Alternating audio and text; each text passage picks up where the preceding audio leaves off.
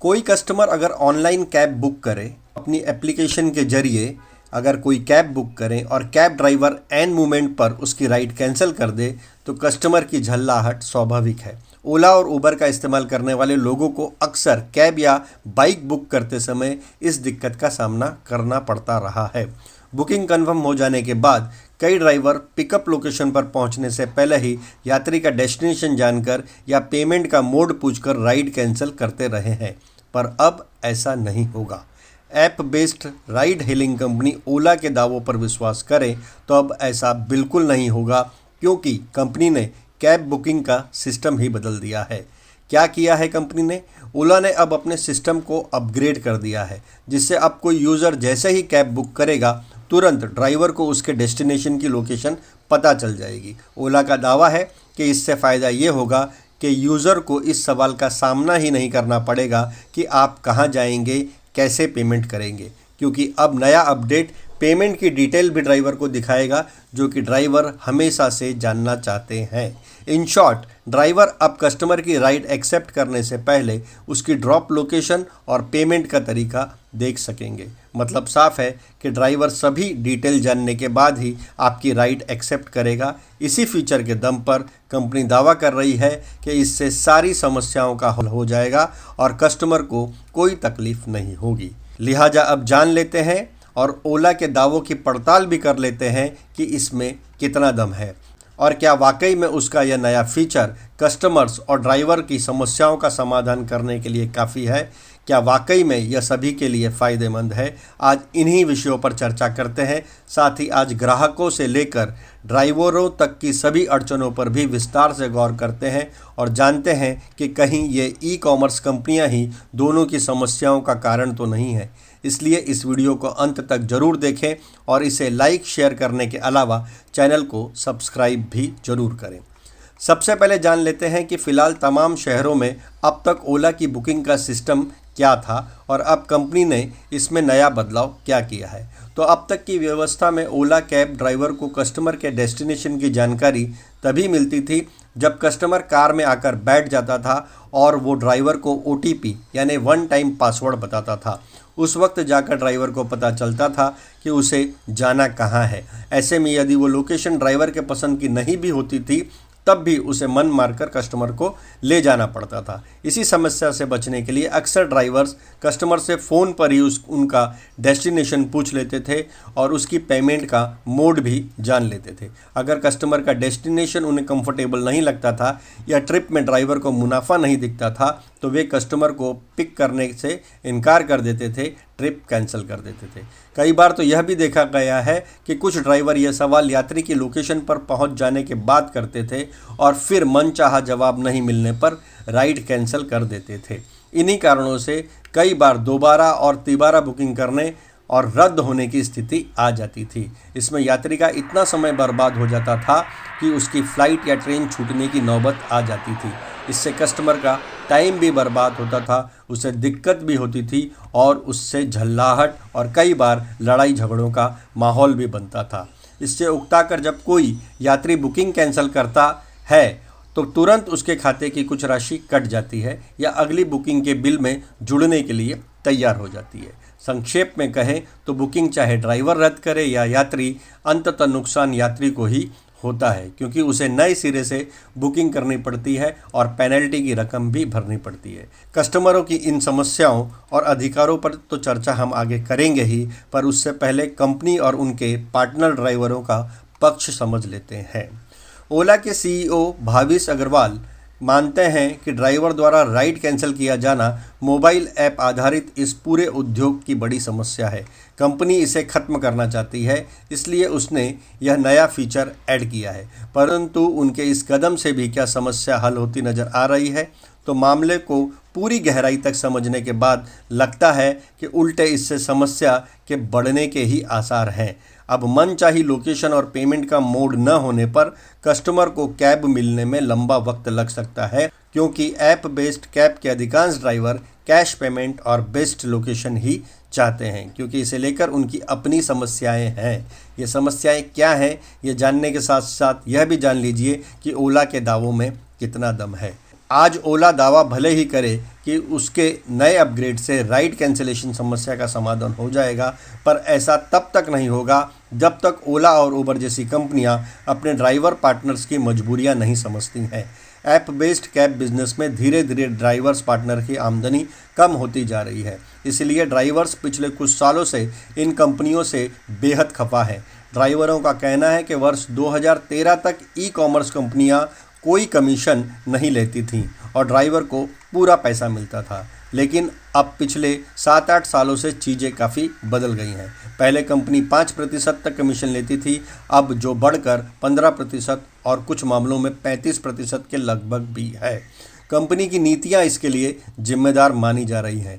ड्राइवरों का तर्क है कि कमीशन की बढ़ोतरी का मतलब है कि कंपनी केवल ऑनलाइन सर्विस देकर मोटा पैसा कमा लेना चाहती है, बिना किसी ज़्यादा मेहनत के, और थोड़े से पैसों में हम अपनी कैब का इंश्योरेंस, ईएमआई, व्हीकल का मेंटेनेंस, टायर इक्विपमेंट्स का खर्च, ईंधन का खर्च सहित अपने घर भी चलाएं। यह कैसे संभव है? कई ड्राइवर तो यहाँ तक कहते हैं कि इस छोटी सी आमदनी और दिन भर की मेहनत के बाद वे अपने महीने की किस्त तक नहीं निकाल पा रहे हैं, लेकिन अब उनकी मजबूरी है कि उन्हें किस्त पूरी होने तक इस कारोबार में बने रहना है और यही चैलेंज उन्हें कई वर्षों तक फेस करनी है। ड्राइवरों की शिकायत है कि ये कंपनियां अब भी ड्राइवर से कई तरह के चार्ज लेती हैं और दूसरी ओर ये कंपनियां बोनस और इंसेंटिव कम करती जा रही हैं। कंपनी ने 2017 से ड्राइवरों को मिलने वाले इंसेंटिव में कमी कर दी है। इससे ड्राइवर्स की महीने की इनकम काफ़ी घट गई है। ड्राइवरों का यह भी कहना है कि लंबे समय से पैसा कमाने के लिए वे बेहद संघर्ष कर रहे हैं, पर लगातार बढ़ते कमीशन के कारण उनकी आमदनी खत्म होती जा रही है। अब सारा मुनाफा कंपनियां ही रख लेना चाहती हैं। कभी प्रति माह 1 लाख रुपया कमाने वाले ड्राइवर और कैब मालिक अब बमुश्किल 30,000 रुपया महीना कमा पा रहे हैं। इस राशि में भी उन्हें बिजनेस के तमाम खर्च निकालने होते हैं, अपना घर चलाना होता है। ड्राइवरों की इन बड़ी समस्याओं के अलावा और भी कई समस्याएं उनके सामने हैं, जैसे महिलाओं की सुरक्षा के लिए ओला उबर के ड्राइवरों पर कार में पैनिक बटन, सीसीटीवी सर्विलांस और जीपीएस ट्रैकिंग की सुविधा देने का लगातार दबाव है। एंड्रॉयड एप्लीकेशन से कार की जीपीएस ट्रैकिंग आसान है, पर पैनिक बटन और सीसीटीवी लगवाने का खर्च ज़्यादा है, जो कार मालिक को ही उठाना पड़ता है। एक और ईंधन की बढ़ती कीमतों से चालकों के मुनाफे पर दबाव बढ़ रहा है, तो दूसरी ओर सुविधाओं का भारी खर्च उन्हें परेशान कर रहा है। पैनिक बटन पर बेतहाशा खर्च, डीजल टैक्सियों की वैधता, कोरोना महामारी से घटता बिजनेस, डीजल पर भारी वैट, महंगा इंश्योरेंस जैसी अन्य कई समस्याएं कैब मालिकों के साथ हैं। उस पर कंपनियों द्वारा वसूला जाने वाला भारी कमीशन और कम होता इंसेंटिव उनके लिए मुसीबत का कारण भी है।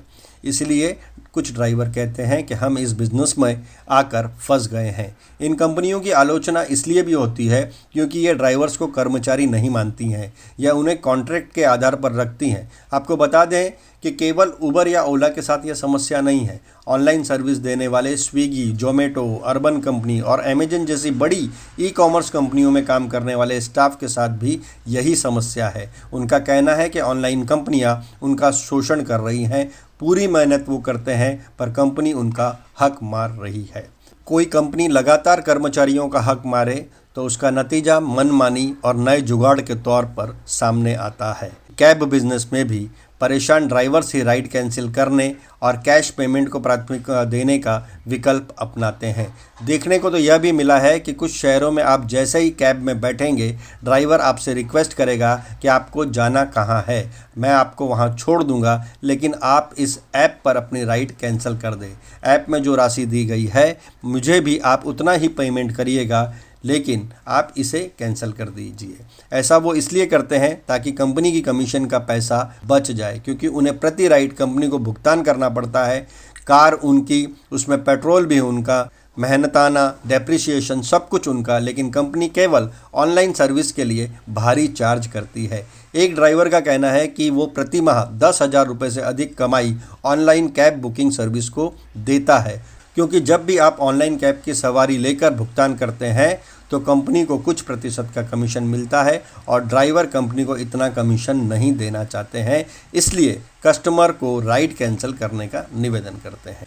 अब समस्या यह है कि ड्राइवर और कंपनी के बीच की कमीशन को लेके जो जद्दोजहद है, इंसेंटिव और बोनस को लेकर जो टकराव है, उसका कोई समाधान निकल नहीं रहा है। कई दौर की चर्चाएं हो चुकी हैं, पर इस पे कोई एक स्थायी समाधान अब तक नहीं निकला है। कस्टमर की राइड से वसूले मुनाफे में से ज़्यादा मुनाफा अपने पार्टनर ड्राइवर को ट्रांसफ़र करने की मानसिकता जब तक ऐप बेस्ड कंपनियां नहीं बना लेती, तब तक इस समस्या का समाधान निकलना भी मुश्किल है। इसलिए यदि ओला को समस्या का समाधान करना है या उबर भी चाहती है कि भविष्य में इस समस्या का समाधान हो, तो सबसे पहले उन्हें जानना होगा कि आखिर ड्राइवर ऐसा करते क्यों हैं, क्यों वे राइड कैंसिल कर देते हैं और क्यों पेमेंट का मोड जानने का प्रयास करते हैं। सिर्फ अपने एप्लीकेशन में बदलाव करने से इसका हल निकलना संभव नहीं है। अब जानते हैं कस्टमर्स की तकलीफ क्या है। कस्टमर्स कंपनी और ड्राइवर्स के इन दो पार्टों के बीच में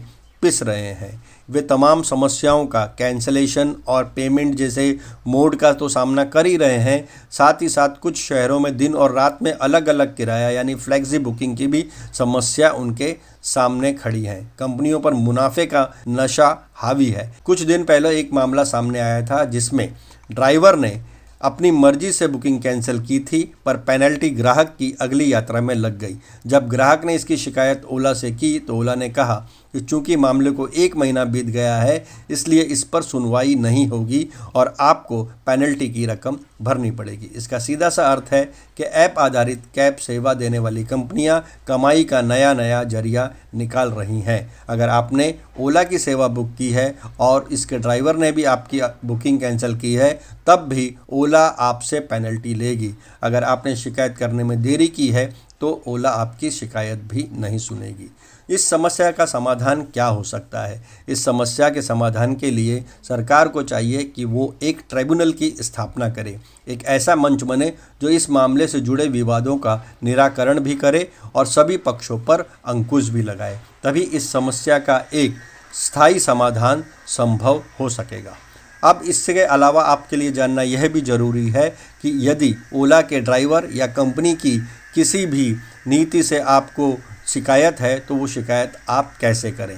ओला और उबर में सफ़र के दौरान अगर आपको कोई परेशानी हुई है तो राइड ख़त्म होने के बाद आप राइड और ड्राइवर के बारे में रिव्यू दे सकते हैं और अपनी शिकायत दर्ज करा सकते हैं। रेटिंग के साथ साथ आप कमेंट बॉक्स में भी अपने शब्दों में अपनी शिकायत को दर्ज करा सकते हैं और वेबसाइट पर भी आप इसकी शिकायत कर सकते हैं। अगर आप राइड ख़त्म होने के बाद किसी कारणवश शिकायत दर्ज नहीं कर पाते हैं तो वेबसाइट पर जाकर शिकायत दर्ज कर सकते हैं। ओला और उबर की शिकायत वेबसाइट पर कैसे दर्ज की जानी है उसकी डिटेल्स स्क्रीन पर दी गई है।